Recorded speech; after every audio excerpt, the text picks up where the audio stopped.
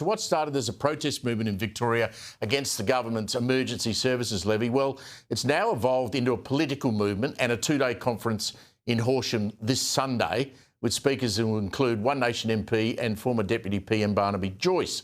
Now, the event has ruffled a few feathers in Spring Street, Labour MPs stupidly staging a coordinated flyer stunt mocking the regional conference. Well, these Labour MPs might actually get egg on their faces, with reports that One Nation is actually at this event, eyeing recruits from the event to stand as candidates in the upcoming election.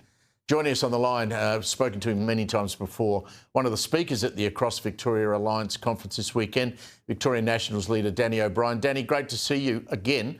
The fact that Across Victoria Alliance has now become a political movement suggests that finally, I mean, country Victorians are so angry, so upset.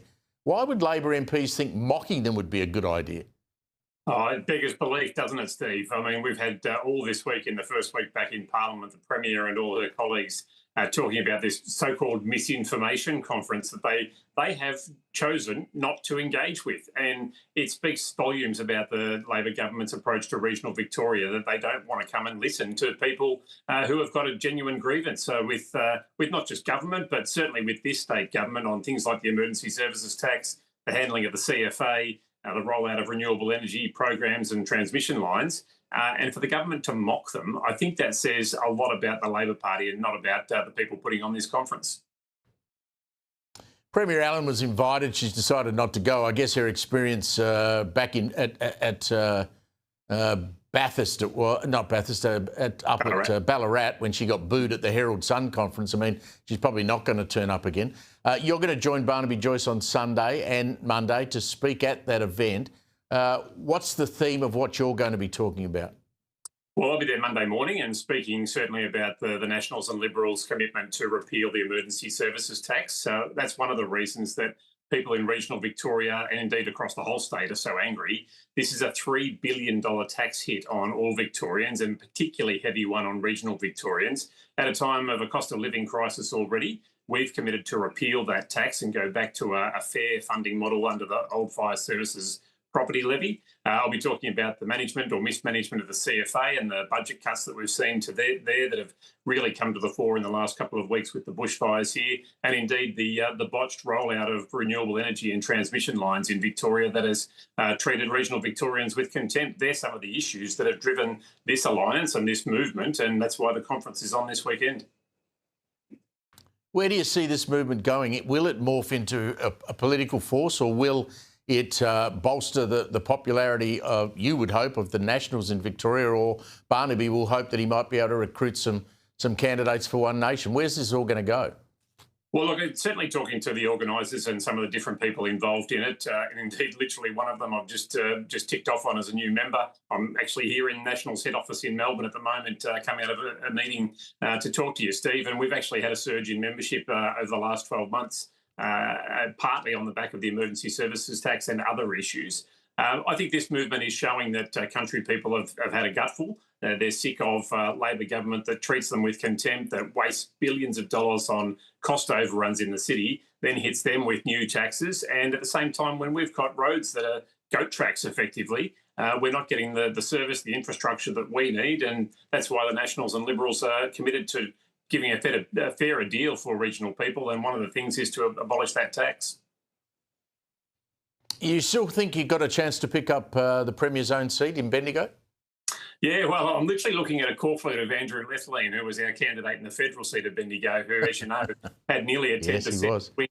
Yeah, 10% swing to him at the federal election. And look, we continue to talk with Andrew. He's a great champion of his community, and I would hope, and I'm really optimistic that that we might be having a red hot crack at the Premier. It's a big ask. She's got about a 12% margin, but I think there's a lot of anger out there, and indeed, literally, as I said, signing off on new membership applications, and we've got a heap of them still from Bendigo. Every month since the federal campaign, we've had new people joining, and I think that highlights that people are frustrated, they're angry with the Labor government, and we're making sure we put ourselves out as a viable alternative. I spent a bit of time with a couple of farmers in Western Victoria about 3 weeks ago, and talking to them, they said that the levy, which will eventually be imposed upon them, was almost the breaking point. I mean, in Western Victoria, as you know, Danny, they've had a drought, so they've been through the middle of a drought. This bloke had spent $500,000 on feed to feed his stock to try and keep them alive. I mean, that's a check. He's got a right. That's money going out, not coming in. He said people in his district, and, you know, he was hinting that the mental impact on those people was so harsh that many had, you know, considered taking their own lives. It's just, I don't think Spring Street understand at all how tough it is. Oh, absolutely, Steve. And I can tell you the number of farmers in particular that have said to me, like many businesses across the state actually, but they've said, if I could pick my farm up and take it interstate, I would, because I've just had a gutful. I've just had so much of it.